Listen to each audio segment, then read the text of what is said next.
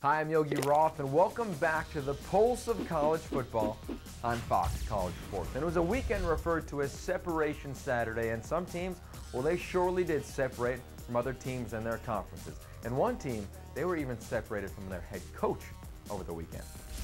Oklahoma held on in the Red River rivalry. Oregon raced past Stanford in a great game Saturday night. And Alabama, well, they beat up on Florida and reminded us that they are still the defending national champs.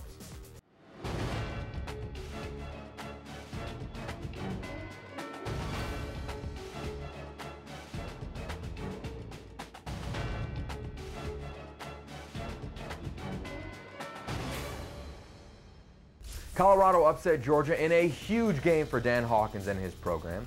Washington, they beat USC for the second straight season on a last-second field goal. And Michigan State beat Wisconsin as their head coach, Mark D'Antonio, was watching from a hospital bed. And after another loss, BYU, they actually fired their defensive coordinator.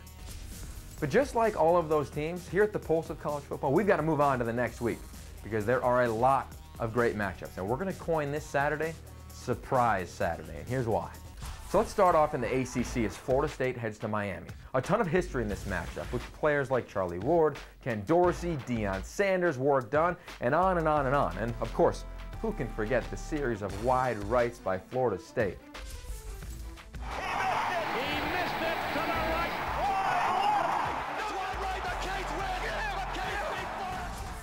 But regardless of all that incredible history, this matchup's going to come down to the quarterback play of both teams.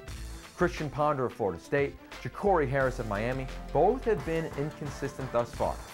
My pick, look for Florida State to move the ball, and the game will come down once again to their kicker, Dustin Hopkins. He'll make it, no more wide rights, and I think Florida State is going to provide that first surprise of this coming weekend. And in the SEC, LSU travels to Gainesville to take on Florida. LSU, well, they just snuck out a wild win against Tennessee, and for Florida, well, their offense has been absolutely disastrous thus far this season. They need to get back on track, and John Brantley needs to find his rhythm early in the ballgame.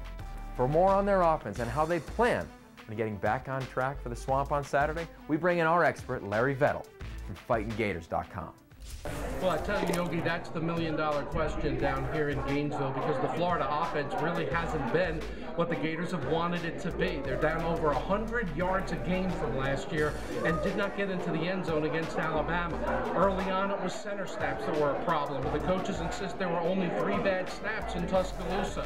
In Tuscaloosa, the problem was turnovers. Florida had not been turning the ball over early in the season, only 6 in 4 games. But 4 times against the Crimson Tide, the Gators gave the ball back, 2 of those in the red zone, taking away golden scoring opportunities. So what ought they try to do?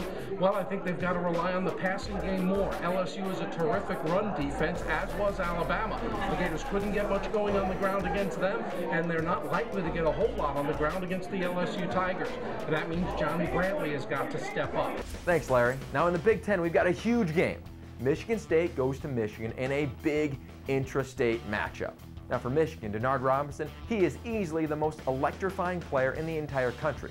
But for the Spartans, they have the most underrated quarterback in the entire country, in Kirk Cousins. He has played very well this season, led them to big-time wins and a comeback last weekend.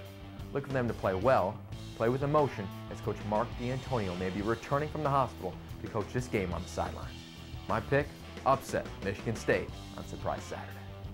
And we'll be back in Ames as the Iowa State Cyclones host the 10th ranked Utah Utes. You can catch that game on Fox College Sports at 7 p.m. Eastern, and it is going to be a great matchup.